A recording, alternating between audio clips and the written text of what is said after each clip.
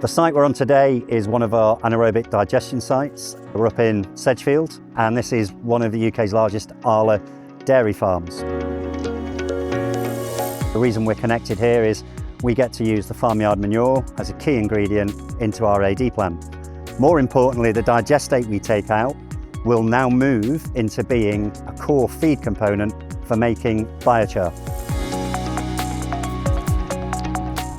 Part of the site you can see behind me is going to be cleared. We've been up today with our planners and with our project team, where we'll be breaking ground in the next few days, ready for the building to go up over the next 5 or 6 weeks. The system itself has already been constructed and the dryer solution is already built with Alvin Blanche. So we will be operational here, generating power, generating biochar and creating carbon credits for the data centre market by the end of the year.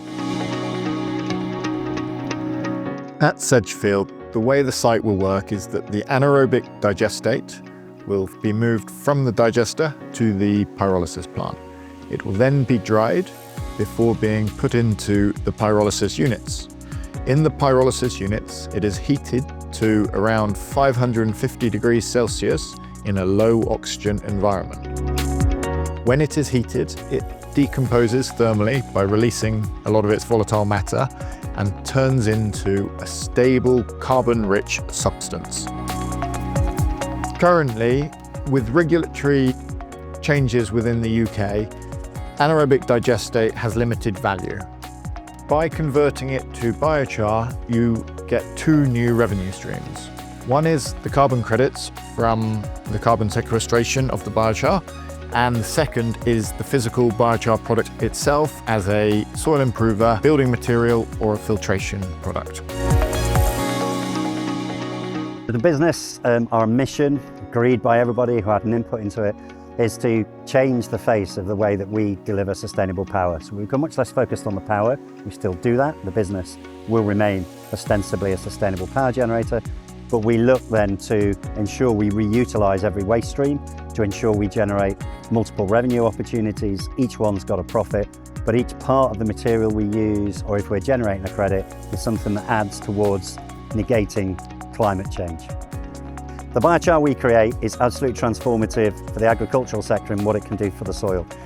It's a complex material that can hold water, it's got huge surface area, and it also holds a level of nutrients which can be slow released into the soil, which will help with crop health, really high yields, and it also has this amazing water capability in that it can hold water for a long time and then distribute it.